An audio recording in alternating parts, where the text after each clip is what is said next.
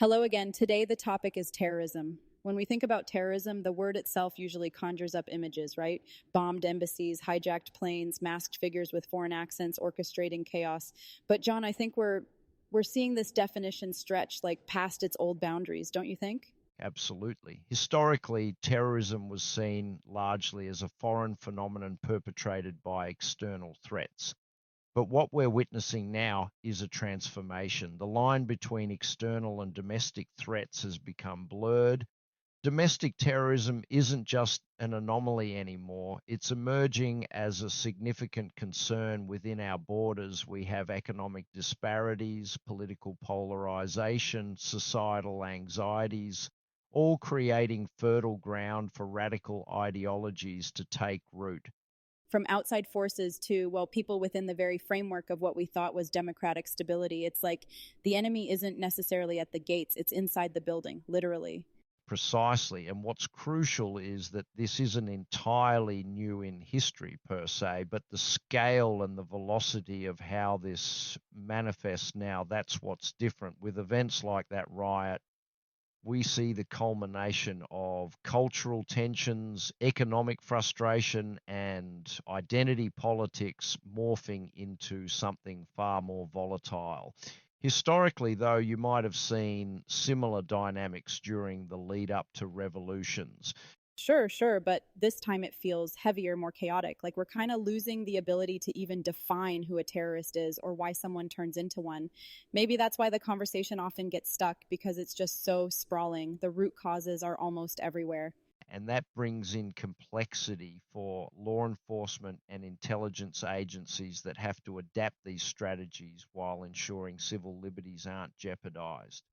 The problem with an overly broad or inconsistent application of the term terrorism is it risks alienating communities or even stifling legitimate dissent, a delicate balance for sure, a balancing act policymakers are already struggling with.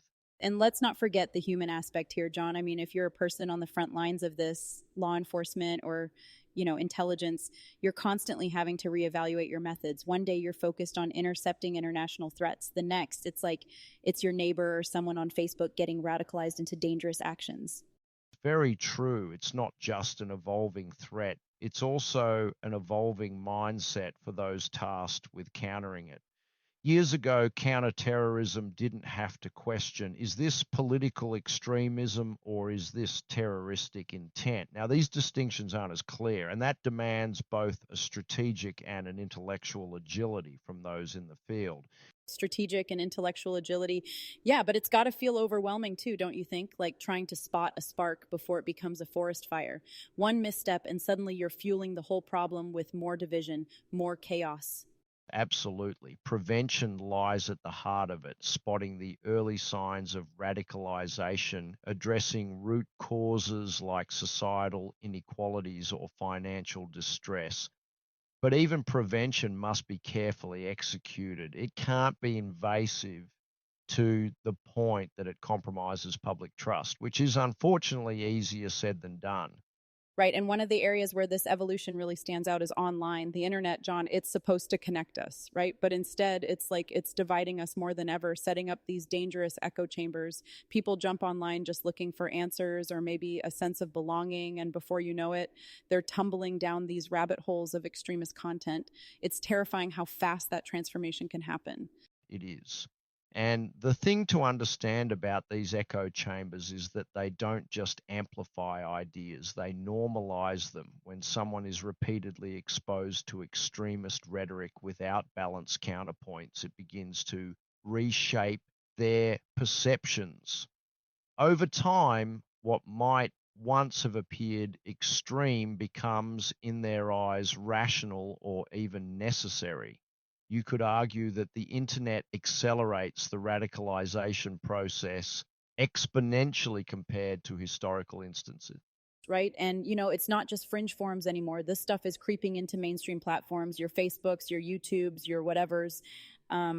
Algorithms push content that gets clicks, right? Controversy sells. And the more controversial, the deeper people are drawn into this world where their biases just keep getting fed over and over. Precisely, the algorithms operate ostensibly without intent. Their goal is engagement, not moral judgment. But the unintended consequences, they're staggering. Some researchers even suggest it's not just users being radicalized, but a kind of self reinforcing loop. The platforms themselves evolve toward controversy because it works. Yeah. But then, okay, where's the accountability though? I mean, at what point do we say, hey, tech companies, you created this monster, now deal with it? That's the critical question. And addressing it isn't as simple as demanding action. There's the matter of free speech, for one. Oh, the free speech card. Yes, free speech, but also the scale of regulation. Governments are clashing over what responsibility private companies should bear. Europe has taken some steps, but in the US, the debate is mired in legal, ideological, and technical challenges. How do platforms regulate content without overstepping into censorship? Exactly. And it's not just about regulation, it's also about like how fast this all moves. Policy is what years behind. But you share one extremist video or post and it can go viral in minutes. The system just isn't built to keep up. That's an excellent point. Legislation often reacts rather than anticipates. By the time systems are implemented to curb extremist content, the ecosystem that fosters it has already evolved into something more sophisticated. It's a Hydra like problem, cut off one head and several more emerge. And what about marginalized communities, John? Like these divisions we're seeing, they're not just accidental, they're weaponized, right? You look at how extremist movements exploit pre-existing tensions, economic, racial, what have you. It's like they know exactly which buttons to push and where. Exactly. This isn't random. Extremist organizations have been highly adept at turning societal fractures to their advantage. Online campaigns, propaganda, Memes even. yes, even memes. They distill complex ideologies into easily digestible, shareable formats. A single image, a single phrase, it can spread like wildfire and embed itself in a culture before anyone fully understands its implications. So what's the solution? Do tech companies step in, grassroots movements? I mean, somebody's got to take responsibility here, right? Solutions are as multifaceted as the problem itself. Regulation is part of the answer, but we also need education, media literacy at a societal level, giving individuals the tools to discern manipulation. It's not just about restricting content, but empowering people to see through the facade.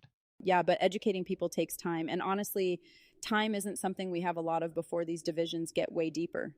Speaking of how people interpret things differently online, it's like that whole idea one man's terrorist is another man's freedom fighter.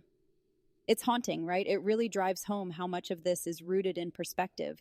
What you see depends on where you're standing and what's at stake for you. It truly is. That phrase has endured precisely because it captures the complexities of human conflict. Historically, it reminds us how those we may deem freedom fighters were at times described as terrorists by their oppressors. Colonial powers, for instance, often used that label to delegitimize resistance movements. It's not just semantics, it's a powerful tool of narrative control. Right? Like who decides what's justified and what's not. And the media obviously plays a massive role. One group's covered sympathetically, another's vilified. It's all part of this bigger story about perception, about framing the story so it fits a larger agenda. Yes, media narratives are instrumental in shaping public opinion. Entire communities can become stigmatized based on how an act of violence is portrayed. This is where the danger of mislabeling terrorism becomes starkly evident. It's not just an academic concern, it has real consequences, eroding public trust in institutions, fostering further division, and at its worst, fueling the cycle of radicalization itself. So then what? What does justice even look like here? Do we rely on governments to get it right, or is that just blindly hoping for something that might not like ever happen? Justice, in this context, means creating a framework that evaluates acts of violence objectively, separate from the biases of ideology, race, or religion. That's easier said than done, of course, and governments would need to operate in a way that inspires public confidence, not suspicion. It's a challenge because it involves balancing security measures with protecting civil liberties, something policymakers have struggled with throughout history.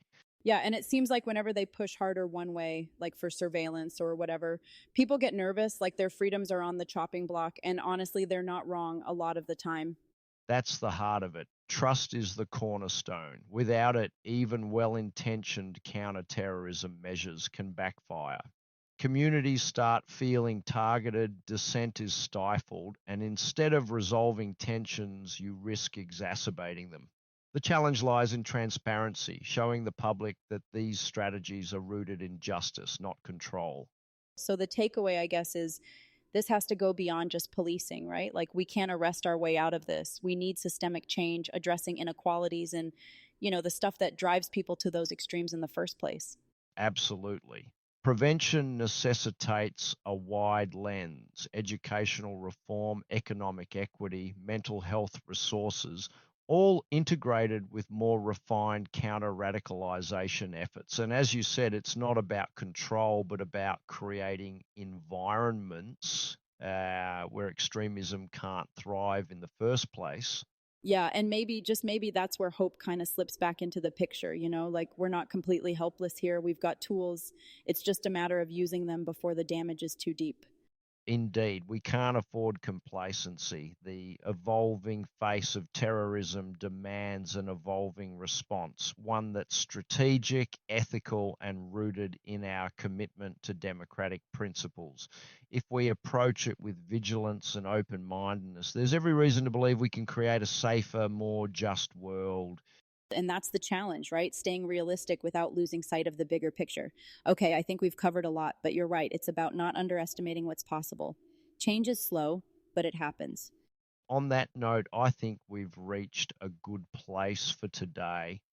Reflecting on these issues is a step toward tackling them. And who knows, we might be pushing the conversation just a little further in the right direction. Hopefully. All right, folks, that's it for now. Stay curious, stay safe, and we'll catch you next time.